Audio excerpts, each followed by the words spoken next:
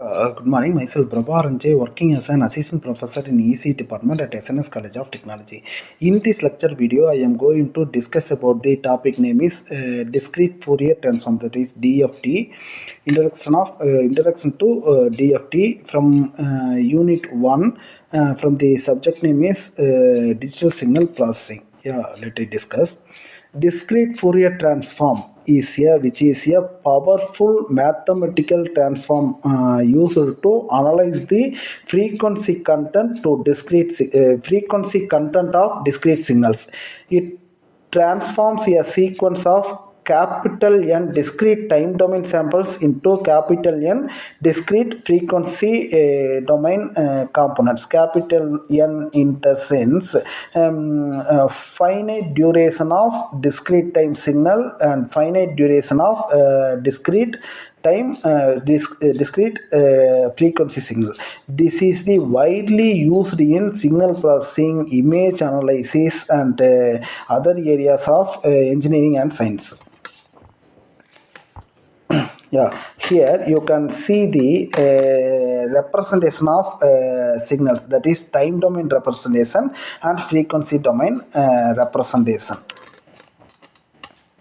graphical representation. Okay. DFT time main purpose is DFT is used to convert time domain to frequency domain. Here you can see the time domain and frequency domain graphical representation. Main thing, DFT is used to analyze the frequency component of discrete time signal, finite duration discrete time signal, finite duration of discrete time signal, which is used to convert time domain sequence to frequency domain sequence. Time domain sequence represented by small x of n and frequency domain sequence represented by capital X of k. Yeah. Next one is inverse discrete Fourier transform. Inverse it is the process of reconstructing the original time domain sequence from its frequency domain representation obtained using the discrete Fourier transform. Yeah, DFT in the sense small x of n. Input of the DFT is nothing but the time domain, that is small x of n. Output of the DFT is frequency domain, that is capital X of k. Capital X of k is input for the inverse discrete Fourier transform. That means frequency domain is input for the IDFT and time domain is the output of the IDFT, that is small x of n. Here you can see. And some of the properties of DFT, that is linearity and time shifting property, frequency shifting property, time reversal property, conjugation and time convolution, frequency convolution. These are the properties of the DFT, and its time domain and frequency domain both are. And next one is applications of DFT, that is spectral analysis and image processing and signal processing, and next one is filtering, sound filtering. These all are the some of the applications of DFT.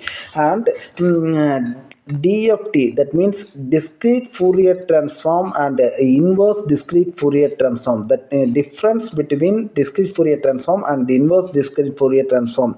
First is DFT is finite duration discrete frequency sequence that is obtained by sampling one period of FT, one period of Fourier transform, and whereas IDFT, inverse DFT, which is used to calculate time domain representation. Main thing, DFT is used to convert time domain to frequency domain. That means input is time domain, output is frequency domain. That is small x of n, capital X of k.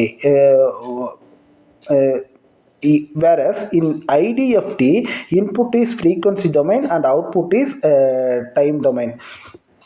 Here you can see the formula for the DFT is capital X of k. Output of the DFT equal to summation small n equal to 0 to capital N minus 1 X of n e power j 2 pi kn divided by capital N, where capital X of k is represented as frequency domain in terms of index k. Small x of n is represented as time domain, and small n is nothing but the number of samples, and capital N is represented by length of the sequence.